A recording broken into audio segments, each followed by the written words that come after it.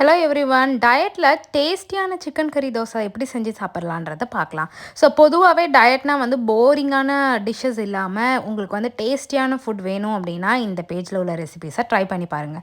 Chicken கூட chilli powder, turmeric powder, onion powder and ginger garlic paste, salt இது எல்லாமே சேர்த்து நல்லா வந்து மிக்ஸ் பண்ணி வச்சுக்கலாம். அண்ட் இது வந்து ஒரு 5 or 10 minutes வந்துட்டு நல்லா மேரினேட் ஆகட்டும்.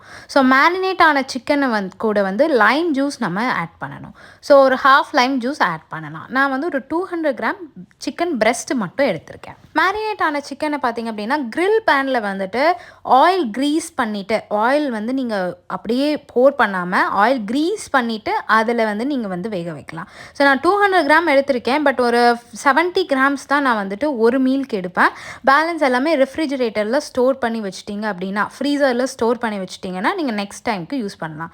இது வந்துட்டு ஃபுல்லாக குக் ஆகட்டும். அதர் சைடில் பார்த்திங்க அப்படின்னா இது என்னோட கம்பு மாவு, அதாவது பேர்ல் மில்லட்னு சொல்லக்கூடிய சிறுதானிய வகையில் ஆன பேட்டர். இதை வந்துட்டு நம்ம ஒரு தோசை மாதிரி ஸ்ப்ரெட் பண்ணிக்கலாம். ஸ்ப்ரெட் பண்ணிவிட்டு அதுக்கு மேலே வந்துட்டு ஒரு 4 எக் ஒயிட்ஸ் நான் இது மேலே ஆட் பண்ணுறேன். இந்த பேட்டர் எப்படி செஞ்சேன்ற ரெசிபி வந்துட்டு என்னுடைய பேஜ்லேயே இருக்குது, செக் பண்ணி பாருங்கள். அண்ட் நான் வந்து குக் பண்ண இந்த சிக்கனை வந்து அது மேலே வந்து ஸ்ப்ரெட் பண்ணிக்கலாம்.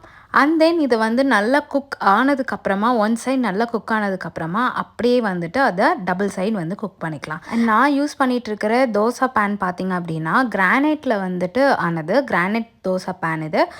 கேரோட் அப்படின்ற பிராண்டு. நான் உங்களுக்கு டிஸ்கிரிப்ஷனில் லிங்க் கொடுக்குறேன், செக் அவுட் பண்ணி பாருங்கள். அண்ட் ரெசிபியும் வந்துட்டு மறக்காமல் ட்ரை பண்ணி பாருங்கள்.